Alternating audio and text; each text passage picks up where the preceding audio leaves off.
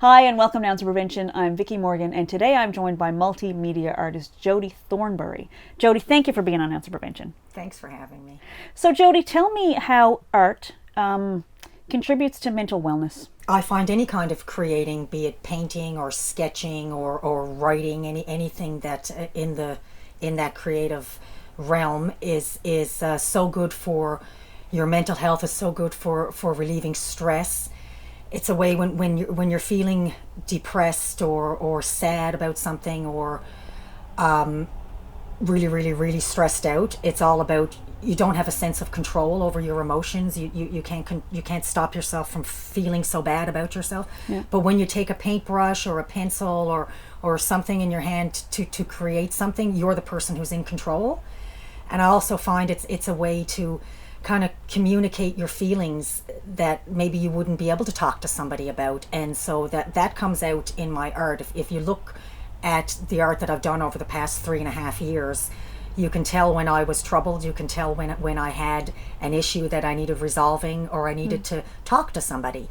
And you can see that through the pieces that I've created. You can see when I'm really happy. You can see when I'm really sad.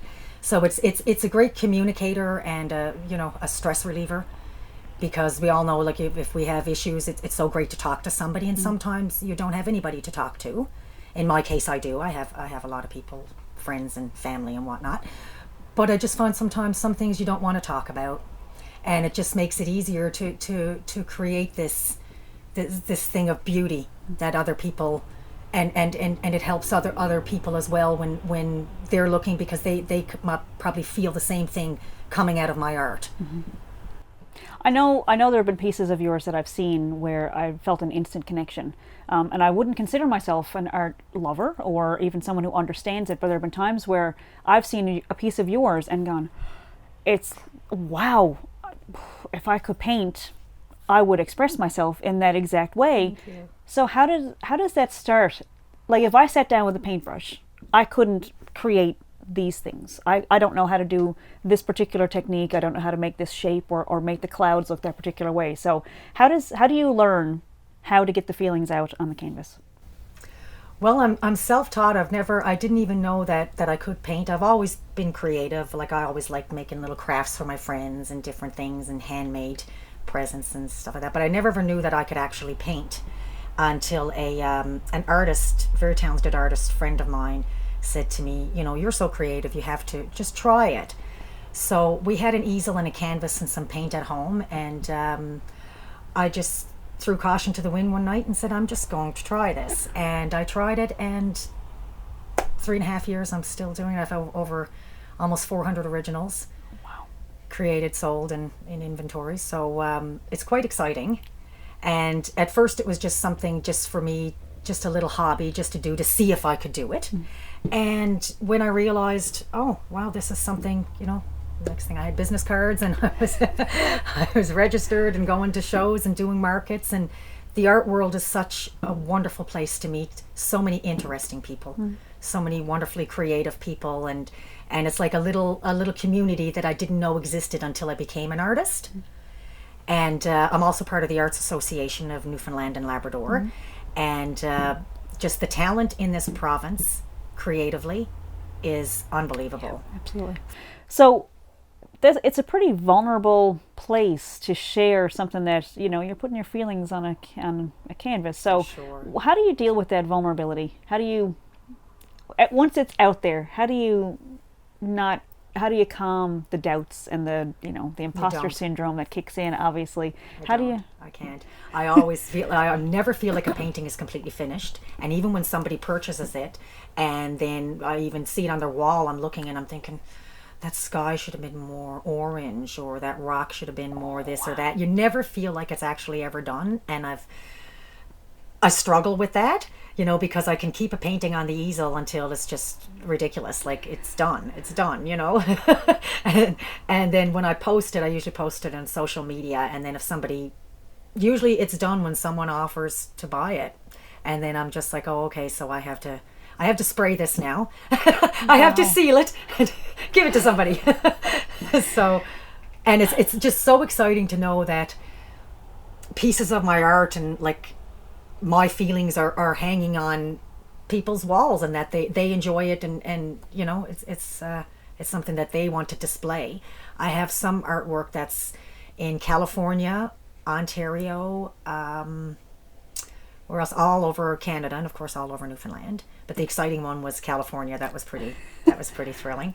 And one in France. A lady bought, That's and I really shipped cool. there. Yeah, so That's you know, really cool. it's pretty thrilling. I mean, I only started this 3.5 years ago. Yep. So I'm just hoping to get better and better all the time. I find art is an outlet. Creating anything is an outlet for you to help alleviate your stress. It tones down my anxiety. It gives me a way to put my anxiety out there, if that makes any sense. Like painting these little tiny pennies, and people would think that that's so stressful. It's not. That's the only time I am not anxious or stressed out is when I have a paintbrush in my hand, or I'm creating something that means something to me. And each little piece that I create, even down to these little penny necklaces, they all mean something to me. They're all a little story of my life. And all through all my paintings, I've been doing this now for almost 4 years, and every single one has my story in it. A little piece of who I am and how I feel about things.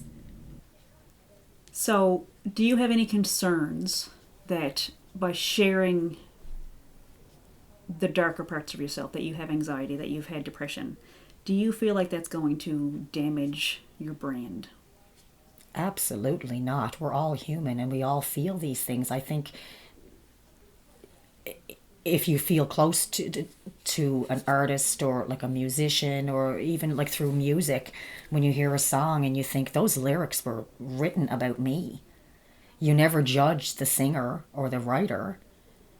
You're never like, oh my goodness, that, you know, that person experiences this or that.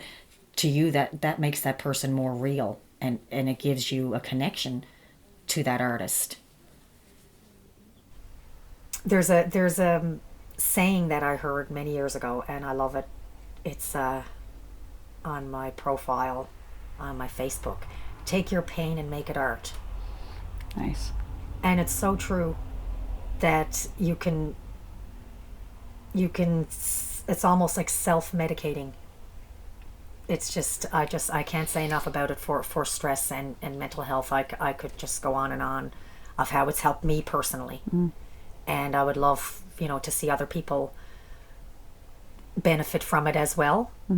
Even writing, any kind of writing, you just scribbling down your feelings, it always feels better when it comes out. So that's the same as scribbling down your you know, painting your feelings onto a canvas, painting a picture of what's inside. Thank you. I really, really want to thank you for being on Ounce of Prevention, and we will keep an eye out. We will keep an eye out for all the things that you have coming up, and just best of luck, and thanks so much. Thank you, Jodie. Vickie. Thank you.